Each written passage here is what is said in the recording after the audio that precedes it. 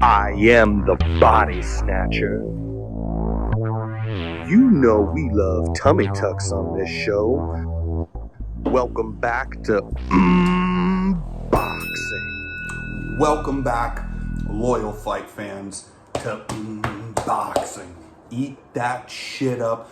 I am your humble host. I am Tummy Tom O'Neill. You know me. I am the body snatcher. I'm gonna need you guys to give this video a big thumbs up, please. I'd really appreciate it. Hit the subscribe button if you haven't already, because I'm all about boxing content. It's what I do. What we do on this show is we talk about the fights that just happened, and we preview the weekend ahead, and we give picks on those fights. We sometimes like to gamble on those fights, so we give picks on them, and we do breakdowns on them. Then we recap those, and second half of the show, we move on next week. I don't really touch so much on stuff going on outside the ring or politics of boxing. I try to kind of stick to, making the picks and talking about the fighters and what they're doing well or what they're doing bad in there that I see as your humble host, just giving you my opinion on it.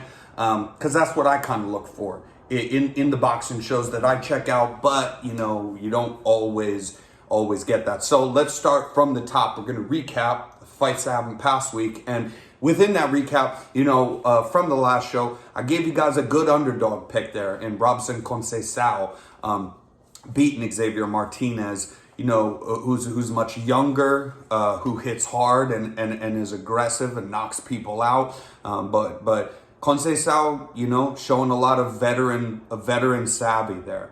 Robson, he's a guy that I've followed a long time. I know a lot of boxers' names, but I don't pretend to know it all. Sometimes I really haven't watched. I might have heard the name, but I haven't watched too much of the guy's fights. Robson is one of my favorite fighters. He's probably a top 10 of my favorites. He's very relatable to kind of like Vasily Lomachenko for me, because they're both older for turning pro, waited a long time. They both have over 400 amateur fights, both gold medal Olympians in the sport of boxing. And I just really respect that. I respect that in them. They get into the pros, and what you got to remember is not only are they older than what is more common to go into the pros as young as you can, when you get just enough skill that you can kind of think you can pull it off, and then you get all those years. These guys going in later, they're bringing a lot of veteran savvy, and they've had so much experience, but they got really short window to work. When you're getting in there, turning pro at 30 years old or so, 29 years old, and you got maybe 5-6 years to work. And so every fight is to take on the best opponent that you can find.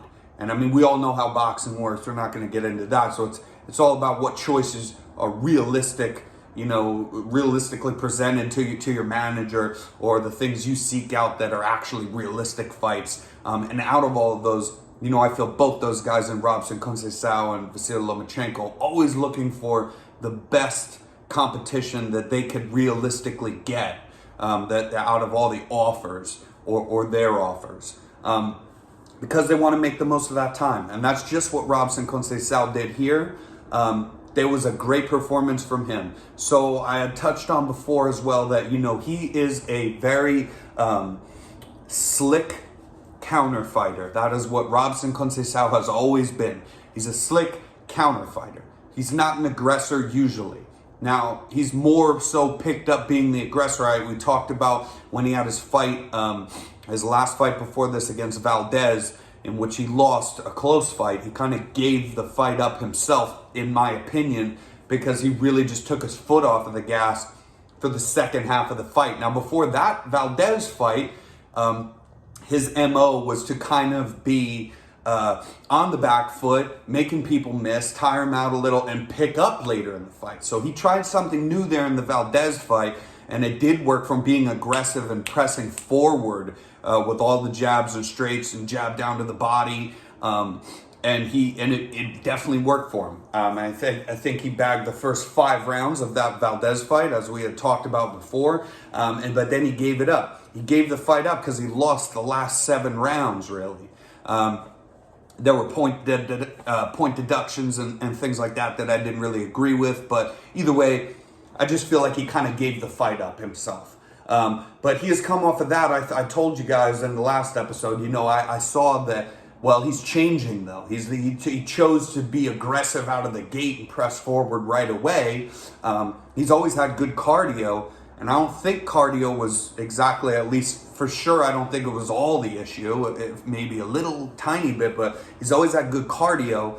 So I wondered, but it's trying something new out. Come out the gate and be aggressive. Now this fight, he did that same thing, and he lasted all the way through. All 10 rounds, he was walking Martinez down. And Martinez, a strong hitter, much younger kid. All the youth on his side, the momentum on his side, 17-0 undefeated, mostly knockouts. And Conceicao is a dog for this. And it's mainly because, the kid's way younger, and Martinez does look good for where he's at as far as, what he's learned to do well in the ring. But also they judge a lot in boxing about you taking a loss from your last fight. And that's what they did here, I feel like, to give the odds on Conceicao. I mean, and he easily just could have picked up a couple of the one to make it a draw, or two rounds out of 7 of the last tail end of the fight there, would have won him that Valdez fight.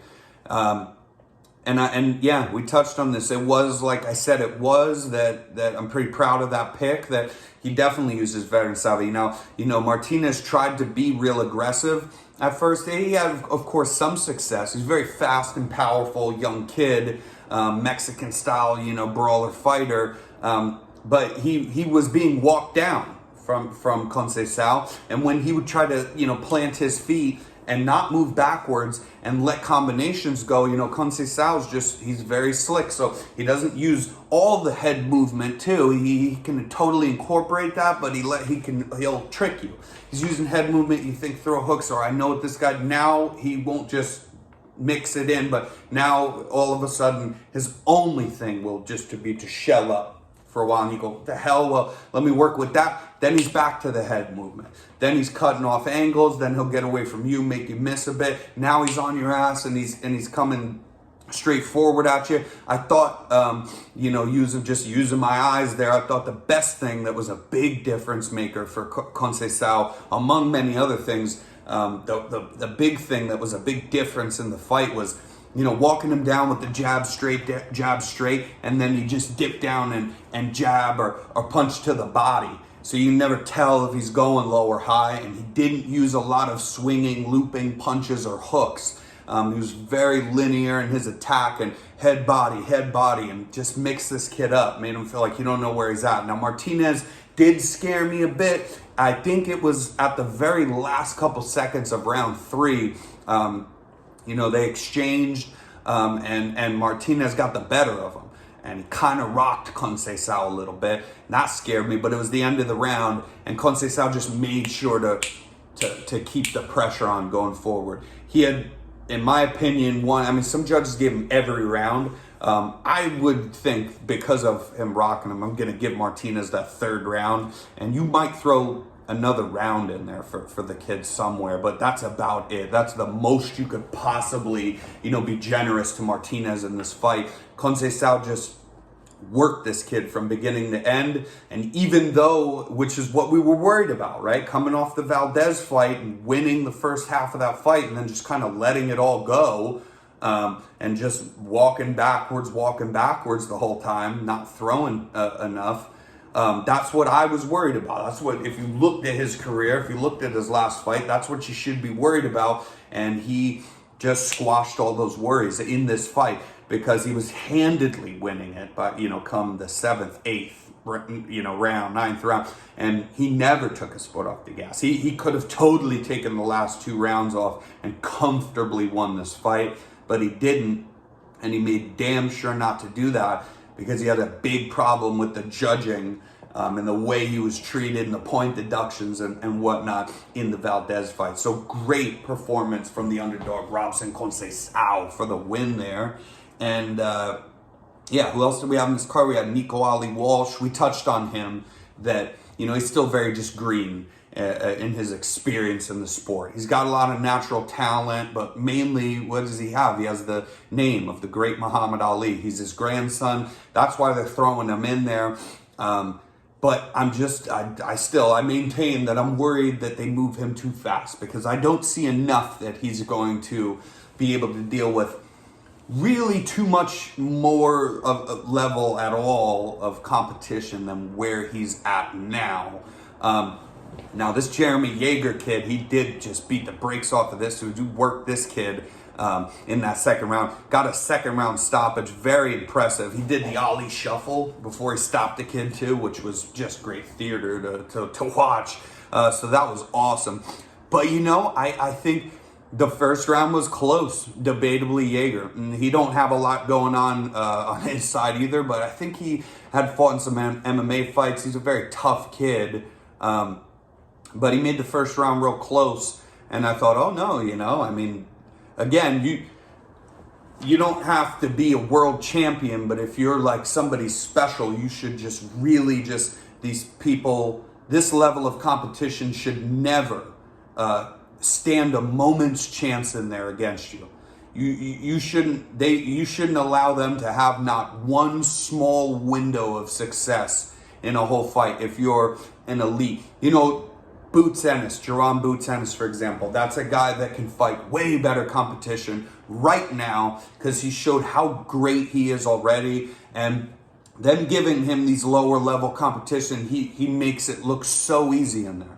There isn't the smallest seconds of window where you see this guy struggle, where you even see somebody be successful for a minute, even with simple stuff, not to rock him, nothing. Like, they can't hit him flush. They can't make any sort of combination or strategy work against him. And that is the kind of thing, Tank Davis, when he was coming up and fighting, lesser competition, you see this a lot. And that's what you would see in like a true prodigy. Now, Nico Ali Walsh, I don't think he's that, but this was a great performance from him nonetheless. The Ollie Shuffle was cool in there as well. Carla Torres beating Pink Tyson. Pink Tyson just like a kind of like a bully. She got the Tyson name there. She's just kind of a bully style. Walk forward. Hopefully I scare my opponent even before the fight, get in their head a little. Then I'll just walk forward. And she is tough. She is tough. She doesn't stop throwing. God bless her. She never stopped trying in this fight. But really, Carla Torres just pulled her card of Pink Tyson and showed, hey, look, none of this shit worked. Getting in my head or nothing, trying to push me and shit. None of this worked. I'll push you down now. I'll beat the brakes off you. I'll push you down. We're in the ring. This is when the fight's actually supposed to be going on. And just really, it was a bad loss for Pink Tyson. I couldn't really find a round in there for her as well. So kind of a beat down there.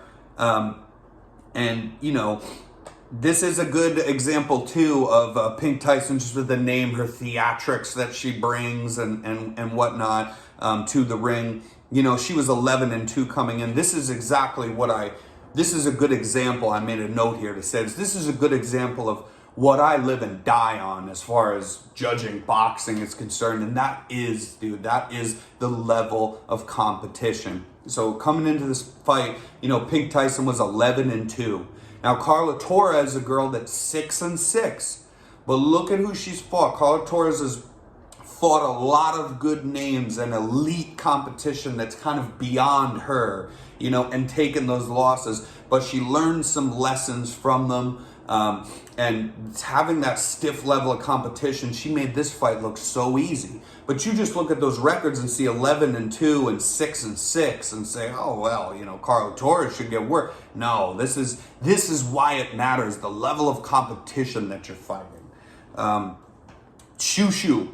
This kid Shushu looks absolutely fantastic. Not only does he hit hard, not only is he super fast, but his IQ in there, he was doing like shoulder, like bump separation, he could fight inside, he could fight outside the pocket. He looked like he was unbelievable in there. Again, level of competition thing. I don't know who this kid is, that he was fighting, but Shushu looked absolutely amazing. They're blowing up some highlights of him. very incredible performance from Shushu. And I mean, I think he killed the guy. Basically, he caught a body in the ring. And this is, again, my level of competition, it's fighter safety and stuff. You got to match make well. It's a dangerous sport. Shushu showed us that. And Shaw versus Davenko, not much to talk on here. Kind of a boring fight, but it is a good example of, underachieving with your talent in a fight. Because, this Davenko kid, I actually liked him better. He was trying. He used some successful head movement stuff, but he wasn't able to do much. He certainly handedly lost this fight. But, I liked watching the fight. I liked him better. He was trying. He came in last minute. He's completely out of shape, fat, pasty, white dude. And he was doing some slick stuff. He had good hand speed. And he was trying in there against Shaw, who's like a natural, athletic build. Didn't take the fight last night. Had been training. He didn't just get off the couch for this. And it just shows underperforming. You could have got this guy out of there for sure. You watch that fight. You don't have to be me. You don't have to. I'm not an expert, but I give my opinion. But I'm saying you don't have to be me, and you certainly don't have to be an expert to just watch the fight and be like, yeah, I see exactly what you're talking about there. You don't want to underperform like that. You don't want to just see okay, I can back up and do some I can easily just outpoint this guy and then go through the whole fight. However many, I think it was 8 rounds or something of this is just dumb. So, it was a stupid fight.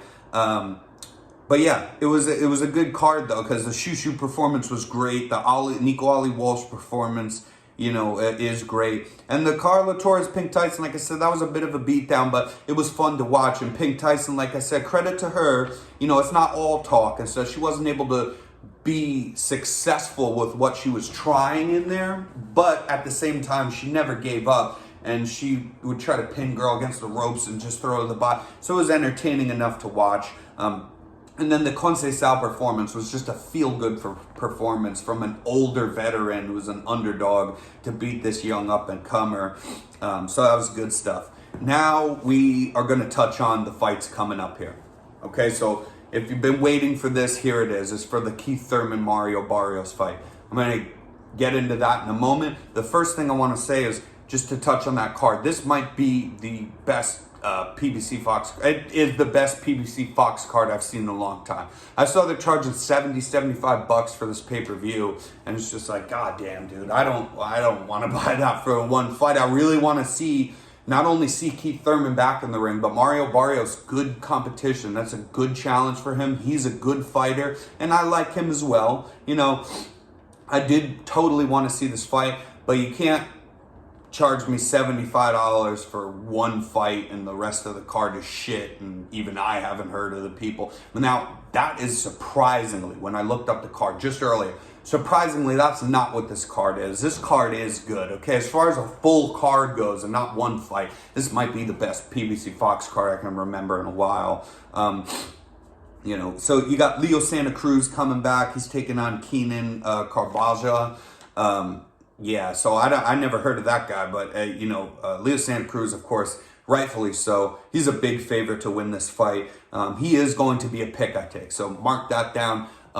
For your parlay that you're going to do, if you're listening to me at all about these sorts of things, you're going to want to pick Leo Santa Cruz. That's a good pick. But nonetheless, we'll see what this kid's made of. Just because I don't know him don't mean he's an absolute nobody. So we'll see what he's made of. Might be a really good fight. But either way, you're going to tune in to watch a fantastic boxer in Leo Santa Cruz make his comeback fight. And then we got Luis Neary versus Carlos Castro. So this fight will be good, too. Now, not only am I a big Luis Neary fan, he's coming off the loss to Figueroa, who just fought Cool Boy Steph in that Fight of the Year contender. He got that fight against Cool Boy Steph because he beat Luis Neary, which nobody really saw that coming. Luis Neary is a great inside fighter, and fighting the taller Figueroa, who fights strange because he fights on the inside. He doesn't fight tall, but he is very tall for the weight class. It's a whole strange thing. But Yeah, he beat Luis Neary, vicious body shot to Neary, and that was his first loss. Luis Neary was 30-0, now 30-1. He's a great fighter, and this is his comeback fight, and he is taking on no chump at all in Carlos Castro. So the odds are very close for this fight, and I would what I'm going to do is sneak Luis Neary in to win on a separate pick, on a smaller bet, because then you're plussing your money up a lot too, but it's not safe. This isn't your safe one. So far, you're just going to get Leo Santa Cruz, and what you're going to do is you're going to parlay that with Keith Thurman to beat Mario Barrios. Those odds are tight as well. So you'll get some decent money from that if you want to place a bigger bet. For me, that's usually 50 to 70 bucks, and then I'll throw another one that's literally just $10, 20 at the most, of those same fights, and I'll throw in a Luis Neary on top of that. But that pick's not safe. This Luis Neary Carlos Castro fight will be really great. Mark my words, this fight will be great. This is this is good matchmaking that you're seeing here against two really good fighters that come to fight, that are not going to do a lot of dancing around in there. They're going to stand next to each other and just trade. They're going to go to the body on each other a lot, and they're just going to put their heads in each other's chests and just go to war, I bet. So very much looking forward to that fight. And then the main event, Keith Thurman versus Mario Boris. I am, like I said, going to pick Keith, one-time Thurman. But here's the caveat. Not only is Mario Barrios a very good fighter, right? The reason I'm picking Keith Thurman to win this fight is because out of the two of them, and this is no disrespect to Barrios, he is a great fighter. He's not okay. He's very good. But there's a few things that he's very good, but Keith Thurman is a top 3 welterweight from the last so many years. He was undefeated before his last fight against the great Manny Pacquiao, who I agree did beat Keith Thurman, but damn, that was a very close fight.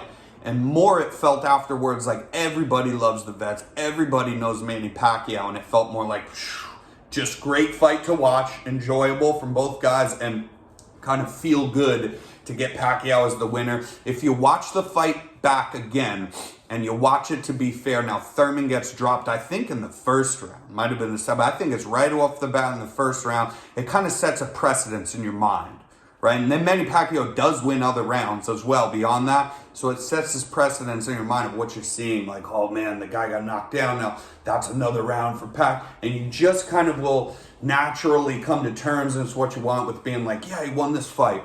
But no, that's a really close fight, and Keith Thurman was making great changes with an all-time great in Manny Pacquiao in the later rounds of the fight as well, after getting dropped right off the bat, losing the fight pretty handedly. He came back a lot towards the end of that fight, and he is just an all-time great. Barrios is good, but not that great. Also, add on to this whole thing is that Mario Barrios is a 140-pounder. Okay, so he's moving up to 147 to the actual welterweight weight class. He's a junior welterweight, so he's moving up 7 pounds in weight to take on who is supposedly, a better fighter with a better resume. He has one of the best welterweight resumes there is. You might wonder if you've seen the resume or if you've seen the welterweight rankings that I did, why he was left out. It's because, like I'd mentioned, with guys like him, Sean Porter, Manny Pacquiao, they weren't in it because they haven't, because Manny Pacquiao and Sean Porter supposedly retired. I didn't know if it would be the same for Keith Thurman. We're going to be pushing not too far from 3 years outside the ring. It's over 2 years since whenever it was in 2019 that he fought and lost to Manny Pacquiao. But he has one of the best welterweight resumes that there is, with wins over guys like Sean Porter and Garcia, and he's just, he's a fantastic, gave that such a close fight to Manny Pacquiao. He's got a great welterweight resume, and this is his natural weight class, and he's just fighting a guy who's very good, stiff competition, but maybe not as great as him. And then that guy's also the one that's smaller and moving up in weight. So that's kind of where I make this pick at, okay? Now, the caveat to this is the time outside the ring, however. Barrios coming off a loss to Tank Davis. These guys both, by the way, I think Keith Thurman is 29-1, and I'm pretty sure about that. And Mario Barrios is something like 27 or 28-1. So very good matchmaking, very close, and they both fought good names. But yeah, Keith Thurman coming off the close loss to Manny Pacquiao, but that's so long ago, and he hasn't fought since. And Mario Barrios coming off a loss to Gervonta Tank Davis in a very good fight where he got viciously knocked out. Just he got dropped multiple times. I mean, so. This is a good fight. Both guys coming off of being undefeated. They were undefeated before taking a first loss. But the caveat is the time outside the ring here. That's the one thing. I would be so much more sure to give you a Keith one-time Thurman pick here. And I am doing it anyway. I'm giving you that pick for him to beat Barrios. But you just don't know what you're going to get. It doesn't matter who it is, how great they are. If somebody hasn't fought in almost 3 years and they're going to fight a guy, granted, Barrios coming off that loss, that wasn't that long ago, though. Barrios is an active fighter. Before that loss, it was a very short turnaround that he fought Tank Davis because he had just come off of another win to get to like 28-0, I think it was, before the Tank fight. But so he's a way more active of a fighter, even though he's smaller. Now, he's also had enough time to, we don't know exactly when this fight was announced more recently, but we don't know how long they've known that this will probably be the fights. We don't know how long we've known that Mario Barrios is officially moving up. And if he made the weight real proper, right? If he did it the right way to make weight for this fight and put on the 7 pounds correctly and in muscle and not compromise himself in cardio, then that's a dangerous guy because he is a good fighter. He's very good and he's active. That's the thing. He's an active fighter. And I don't care if you've taken a loss. If you're, amongst the gang, never mind amongst the gang of wins, I don't care if you take a loss even in a scrappy, effort, and you're just so active. You will have an edge over a guy who's that inactive as Keith Thurman has been. And he says in the gym, we don't know what to make of any of this stuff. He's had a lot of problems of health issues and things like that he's had to deal with during this time, which is good that he did that. Good that he's healed up and feels ready to go, but that's kind of what fighters say. If they've signed to a fight, they will never tell you, listen, I feel like shit.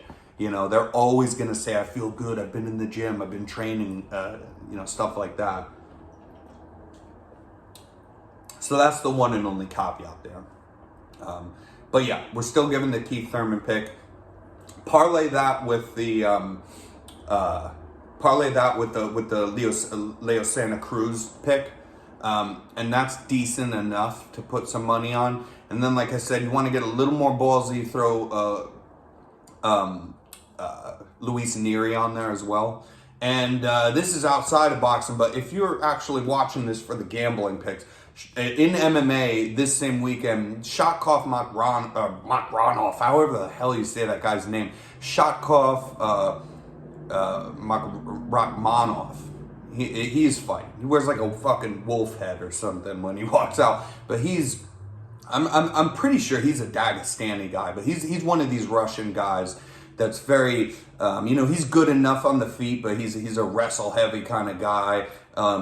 He's only a minus 200, which is pretty tight. I feel like he should be more than that. I'm throwing him personally as well in the parlay just to kind of sweeten it. And I feel like out of the whole MMA card, which, that's not my forte, but I'm an MMA fan as well. That's not my forte like boxing is, but he's the guy I would pick if you want to throw something on and make your parlay a little sweeter. So that's who we got. We got Keith Thurman to beat Barrios, and we got Leo Santa Cruz pick, and we'll do the Shatkov Rachmanov pick added on. That'll be our safer, hopefully, parlay.